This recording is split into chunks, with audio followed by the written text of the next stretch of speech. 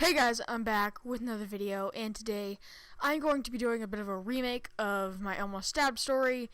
Yeah, remember that one? That story that I did not do well on. Thing is, I left some stuff out of there because I was embarrassed about it at the time, and I just I did not want you guys to know about this, but now I feel like I'm comfortable with telling you guys a lot of this stuff. I've been doing a lot of story stuff lately. So I thought, why not remake this? So, yeah. Anyway, let's get into it. So, this was 2 years ago. This took place in the 2016 to 2017 school year, and I was in small town Rossville. Now this whole thing takes place between me and my now friend. Okay, we've resolved everything.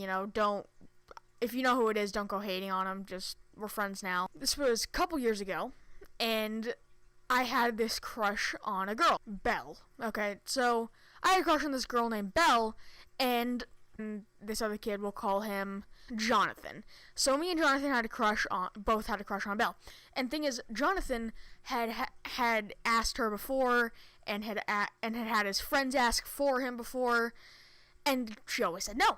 So I'm there, and and I do it first time, I said, hey, would you like to come over, hang out sometime, that kind of thing. I say it, face to face later that day, and then she says, well, you know what, I'll think about it. She later said no, after this whole thing was over, she later said no. Okay, so, and then later, Jonathan comes over and says, hey, let's go to movie night. Like, he lived right down the street from me, and I didn't want to go to movie night. I never really did. It was just kind of a thing that I'm like, we've got Apple TV, and we have almost 300 movies. So I mean, I'd rather just stay home, and I actually get to eat good popcorn, and it's nice here. So I didn't want to go to school, sit on the dirty cafeteria floor with a blanket in my pajamas watching stuff in an overcrowded room. Like, that just didn't sound fun to me. Unless it's the Regal movie theater here in Tennessee, which is awesome, has recliners. Oh, that's not the point. I'm getting off topic. So, after he keeps begging me to go, I said, alright, fine, you know what, I'll go. And they were showing Home. So, it was a movie I hadn't seen before. I said, you know what, let's try it. He said, alright, meet me after school. And can you pick me up? Or yeah, so basically we picked him up, and me and my dad and him all went. My dad left. He just dropped us off. He left, and yeah. So, but thing is, while we were at his house, at Jonathan's house, I kind of gloated about this, and I kind of deserved what happened. Not the whole stabbing thing, but I kind of deserved what happened after this, and so I said, oh yeah, dude, she actually she said she'd think about it, and she always said just no flat out to you, and I got it first try, ha ha ha. Yeah, that was my reaction. Not my reaction, that was what I said to him.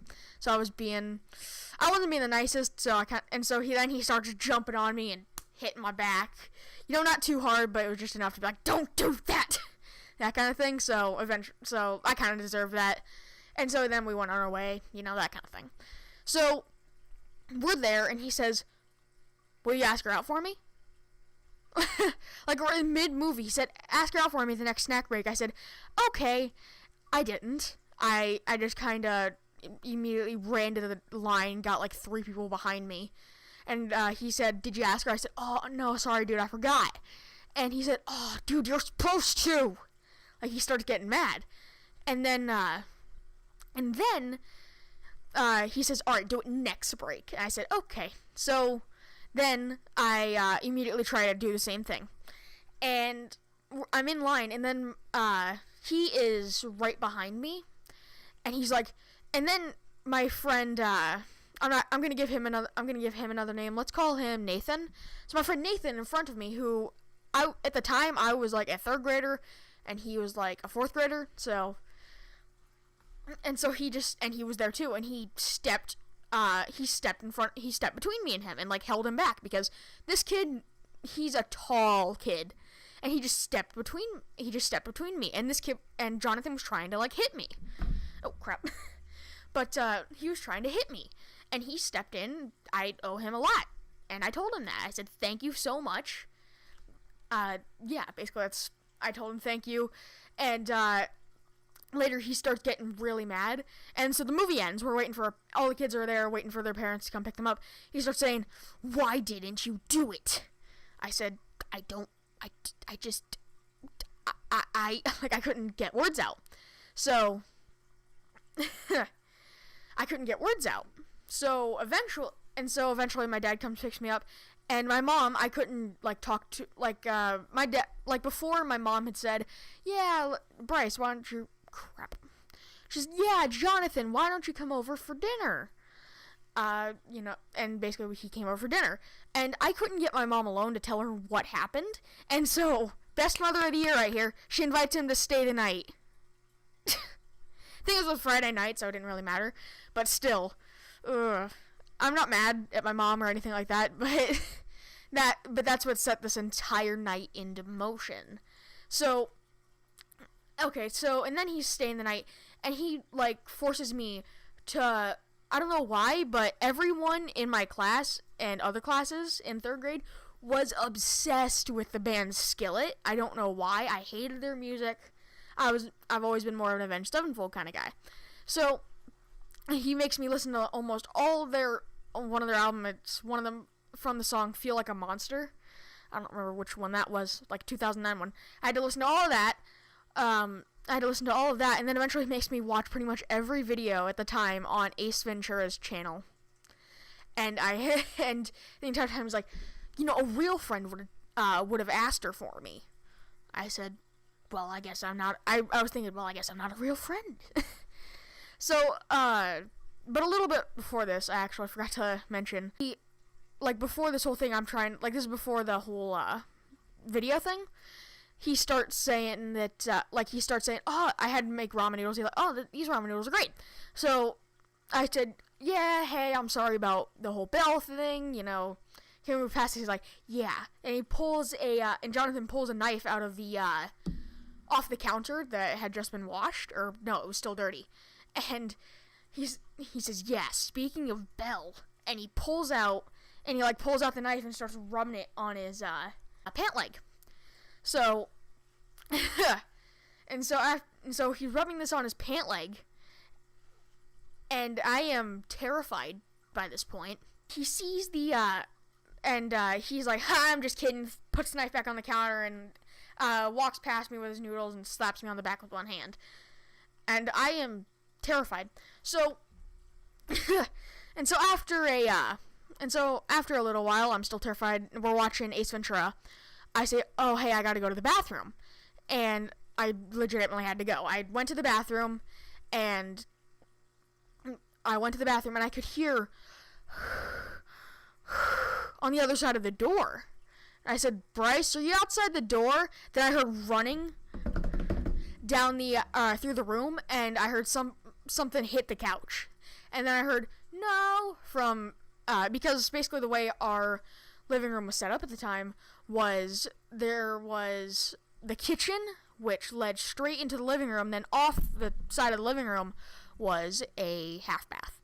So we're just kind of sitting there, I hear him, I'm doing my business, and I hear him out there, and then eventually I hear, back up towards the door. And I didn't know what to think. I thought he was back out there.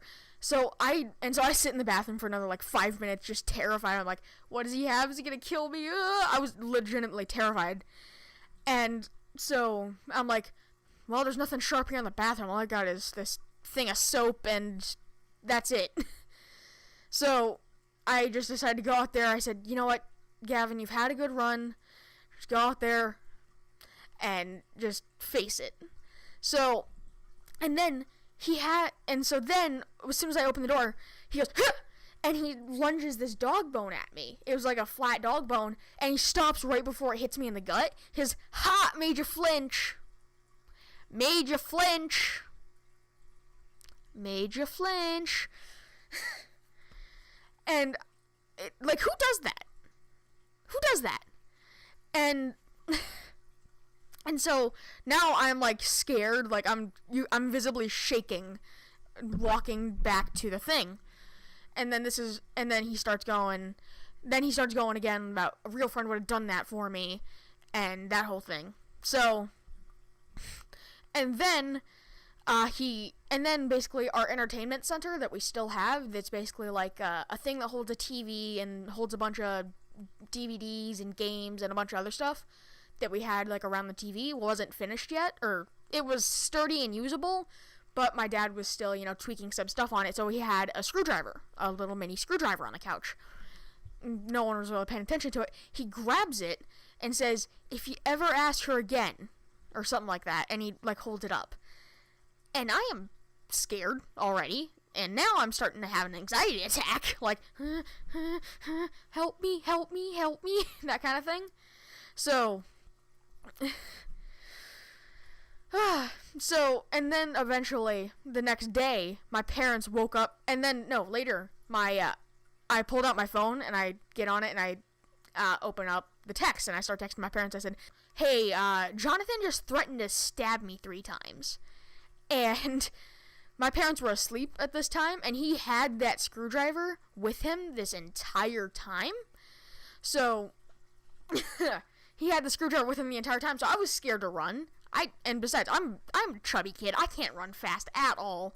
The only reason I can is if there's something chasing me. And even then, Jonathan is a skinny kid. I think he ran track for a while, but I'm not sure. But he is a fast kid. And I knew I wasn't going to make it to the stairs. I knew I wasn't going to make it up the stairs to my parent and into my parents' room. So, and so I just texted him. And Jonathan says, "Oh, you texting your mom and dad?" And I said, "No, so basically this happened a lot. My, neighbor that I was really good friends with at the time, still am, lived right diagonal from the backyard of my house, and he liked to borrow my textbook, like my math book, all the time, because he would forget his. Like, I'm not holding that against him, but it actually kind of got me out of this." So I said, "Oh, no, I'm just texting my neighbor, and because he borrowed my math book, so I'm asking when I can get it back, so I can do my homework." And he says, "Oh, okay." Alright, so fast forward, through the night, I kicked him out a little bit. I took his pillow, and I threw it outside, and I said, "Go, just go," because he lived right down the street. He wasn't in danger at all. I said, "Just go." And he said, "Ooh." He said, "No, I'll tell your parents, and you'll get in trouble." And at the time, I was like, "Oh, crap, he's right. I will get in trouble." Because, again, I don't know if I said this, but I was a very goody two-shoes at the time. So, I was not good at dealing with trouble. So, again, fast forward through the night, and basically, before, I forgot to mention this, he saw a pet creeper in my room that my dad had gotten me when I was really upset about something big, and he bought me this toy, pretty much. And it was probably one of my favorite things in the world. And he sees it, like, after we leave, and he says, "Oh, can I have that?" Like, after we get home from the movie. He said, "Oh, can I have that?" And I said, "No, I didn't think much of it." So, and then the next day, my parents woke up, and my dad was taking a shower, because he always got up at like 6 in the morning to get his showers. So, my dad is in the shower, and he hears someone in my room. And then later he comes down and has to wake me up and tell me to go get my shower. So he knew it wasn't me. And then my mother told Jonathan that he could come to my football practice that I had that day. I think it was early morning and only lasted an hour, so it was probably one of the better practices I had that year. And so he agrees, and later my dad says, "Wait, that wasn't in your backpack before," and he sees like this bulge out the front. He says, "What's in there?" And he opens it up and shows my parents this creeper doll that he had asked for in my room, and says, "Oh, yeah, that's mine, I brought it." My dad said, I don't remember that. He said, oh, yeah, you probably just didn't see it. To my dad's face. And to my dad's face, he says this. Like, lies straight to his face. And I said, but that one has a lopsided head, just like mine. He said, oh, all of them have lopsided heads. And I knew they didn't, because at the store, when we got it, it was the only one with a lopsided head, and I felt like I wanted something unique, you know? So I brought it, and I knew for a fact they didn't, but I didn't want to call him out on it. And so we go, he goes, gets ready for my football practice, and at football practice, he's flipping the thing around right in front of me. And my parents said, oh, he didn't steal it. I know he didn't. There's no way he'd lie to our faces and then flip it around in front of you. And I said, well, I've looked in my room. It's not there. I've torn the place apart. It's not there. And so eventually, and so fast forward a little bit, I confront him about it in the cafeteria to embarrass him a little bit. I confront him. I said, I know you stole it. And he says, stole what? I said, the creeper doll. And I told him the whole origin story about how I got it, and, like, there was a whole thing about that lasted a couple minutes. And so he says, fine, I took it. And admits it to me. And he says, I'll bring it back to you after school. And it started snowing at this point. It started snowing that day. And so, like, later that Monday. So, it's snowing, and, then I'm out at my neighbor's house that I had mentioned before that always took my textbook. Didn't steal it, but yeah. So, and so I'm over there, you know, having fun with him. I'm there for a few hours. Then I eventually leave, head home because I'm either tired or want to watch YouTube or do something. So I head home, and my mom says, oh, someone rung the door. Jonathan was out there and rung the doorbell, and I just saw him walking down the street. I said, okay, and my mom said, well, I think he left something out there for you. So I went out there, and there was the creeper doll sitting in our snowy bushes. And I don't know, and then eventually, and then the next day, at school, he apologized to me, and then I just didn't talk to him for a while after that. I didn't want to talk to him for a while, but then, this whole thing happens at school. I went to the principal and I said, hey, Jonathan, we had this whole thing, you know, at my house, you know, not at the school. He did threaten me here at school on movie night, and he tried, to hit me, but, otherwise, it all happened at my place. He threatened to stab me, and he's showing aggression, just so you know, just so you know, in case I ever need help, just want you guys to know that. So basically I told them that, and they said, wait, movie night? We have cameras there. Well, basically they looked into it. So, and then as I was walking out the office, I see Belle, and, she says, oh, how's everything going? You know, how are you doing? And I was like, well, and I wanted to say, well, I got into a fight over you and almost got killed. Like, that's what I wanted to say. But I was like, oh, I'm good. And I was very socially awkward, especially around girls. So, and then I immediately just kind of fast walk out of the office and head back to the classroom. Well, later that day, when I get home, I go talk to my mom, and she says that the school called her and basically says that, basically told her the whole thing, basically what I told them, and they said that they're going to look at the security cameras, they've seen it, and basically, I didn't mention this, but, the way I cope with big events that are happening, I say, I like to laugh at them. That's just kind of how I deal with things with comedy, pretty much. And they said, there might have been some pointing and laughing by your son, but otherwise, yeah, he did try to hit him. And then eventually, fast forward the next day, at school, we're at recess, you know, I'm talking to my friends, I'm telling them, you know, what happened. I said, just don't tell anyone, just, this kid really embarrassed him. I cared about that. I cared about embarrassing him. And, they said, oh, he told us that you tried to stab him, and that you actually nicked the skin. I said, what? They said, yeah, we didn't believe him, but yeah. They told me that, yeah, and then eventually I see him talking to another kid. Like I hear the word stab, and I'm like, great. And then he said, and then I heard the other kid say, really?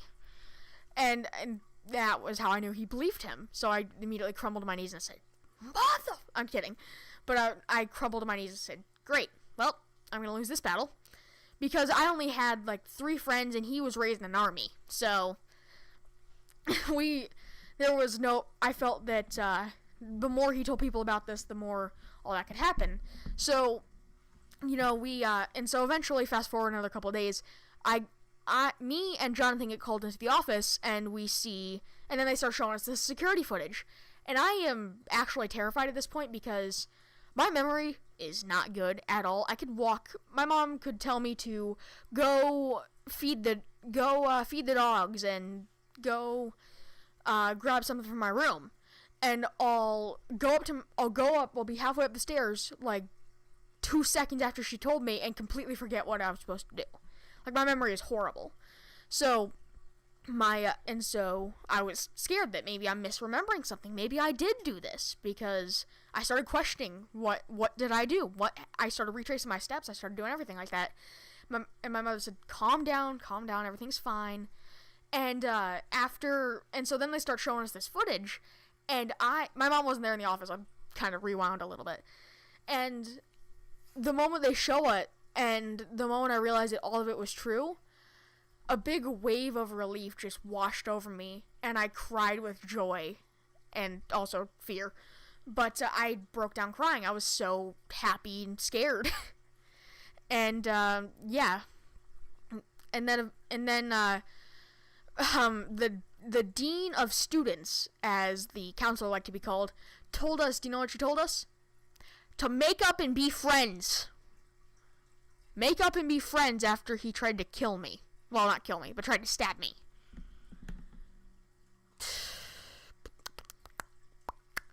Yep, that's school counselors, everybody. So, yeah, that's how that went. So, yeah, hopefully you guys enjoyed the video. Like, we didn't get along for a few years, and then eventually we made up pretty recently, but we don't talk anymore. I tried asking him if it was okay to remake this. He didn't say anything, so yeah, I want to thank you guys for watching. Hopefully you enjoyed this remake of a video that is much longer than the original. I want to thank you guys for watching, and so yeah.